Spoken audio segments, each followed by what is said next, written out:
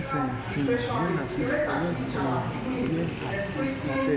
and what is the theme of the program? If you're asking for history of Synod, the Synod has started 75 years ago and started from the Cathedral Church of St. Stephen's and Congo. That's as far back as 1952. So when we became a diocese, February 24. So, but for this Synod, this is the first section of the 25th Synod. So normally we have 3 sections of the Synod. 3 years makes 1 section of the Synod. So what we have now is the 25th, and times 25 times 3, we have 75. So making 75 years. So now those who are hosting, the Synod was co-hosted by Odebo and Ore. This is Ore Archdeacon. This is the headquarters of Ore Archdeacon. So we just finished 2 days in Odebo Archdeacon. Now Archdeacon. And we started on the 8th. That's 8th, and we'll be running on tomorrow, 11th of May 2025. So what is our take home from this meeting? Well, our take over, succinctly, we would say, is the theme of the Synod, which is the subtle decaying power of hypocrisy, where we took our test from Matthew 23, 27 to 28. When we look at, we want to do like an overboard. Generally speaking, it's a great problem. We do more of physical appearance, and where everybody wants himself to be known. Even take for example my profession psychology, they talk about self-esteem, self-improvement, self-image, everything self. What is that talking about? You improve the outer clothes or the container, while the inner man is terribly bankrupt. So that's what we are dealing with. We must be changed within to bring about a positive impact when it comes to ourselves, our immediate environment, and the larger society. So if that will happen, like when in Nigeria they were talking about branding, there was a time they were talking about branding.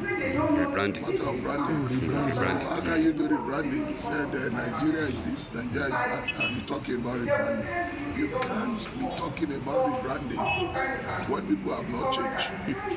So the type of rebranding they were talking, I think it was Akayele. Yeah, Akayele. So if you're doing rebranding, it's like you are just doing refurbishment. Now what they do to us today, you buy a car of 18 years, and we are thanking God in church that we have gotten a new car. It's still a used car.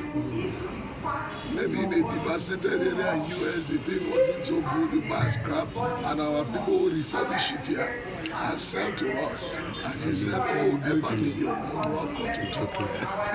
So it's been even used and overused. And with time, you begin to see the problem. You begin to see the problem here, there, that you're spending money on, compared to a new one. Without defects, you will do less. All you have to do is to change your oil and to change some other things with the analogy I'm giving. So, like this building now, rebuilding is different from refurbishing. So, when you panabit something, it's different from brand new. So, what God is doing in our life is not refurbishing, it's not panabiting. He wants to do a brand new work. So if any man being Christ Jesus, he has become a new creature. All things are possible. He said, behold, all things have become new. So the issue of regeneration, that's why Jesus died. Out of this verse, it was Jesus himself speaking directly to his disciples, warning them that if those leaders of their days, religious guys, were doing this, you also must not be found wanting. So hypocrite looks so insignificant, but it's subtle in nature, and not only subtle, but it has an innate ability to cause a spread, just like cancer. So, and God is dealing with this in our life, and we have come to check Jeremiah 17 that this issue of hypocrisy is not the issue of brain or intellectual capacity or said intelligent quotient, or you talk about social intelligence and all the type of intelligence, emotional intelligence, but we are talking about the matter of the heart, the mind of a man, the heart of a man. That Jeremiah 17 said the heart of a man is desperately wicked, and who can know it? In some cases it says it's terribly dark. In some cases it says it's hopelessly dark. Hopelessly, he said it's hopeless, will not be restored. So which means that it wasn't until when we were growing that we have bad hearts. We were born as human with a bad heart. But Jesus had finished the work on the cross of Calvary, which he wants us to appropriate. That's why Romans 10 now says, if you believe with your heart and you confess with your mouth, he said, Jesus as Lord and Master Savior, he says, thou shalt be saved. And he said, as many who call upon the name of the Lord shall be saved. He didn't say those who keep quiet. He said, okay, if you appropriate it, your heart will be changed. Hypocrisy is the works of the flesh. Galatians 5, 18, 15, 16, 17, 18 to 19. So the works of the flesh are made manifest. And they are, and he kept on recounting on and on. So, not that I'm trying to be good. I will try like modification. We call it behavioral modification in psychology. So if I modify your behavior, you will look good outside. While within you, you are struggling with sin. So no psychology will take away sin from you. The only thing they could do is to teach you how to behave publicly. Like what I'm doing now is a public speaking. Say, okay, you don't gesticulate, your hands must not be in your pocket. All those ones are to make us look good. So those are the issues. You are looking at your fluency.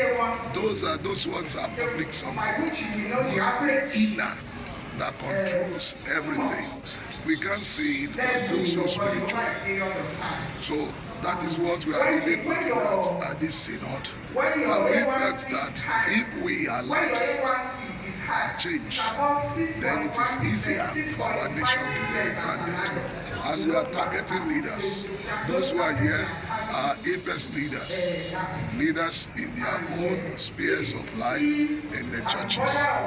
So that's what we are doing. And we are praying for a veritable outcome. That we are happy that we have not gathered in vain. So that God will grant us such grace in Jesus' name.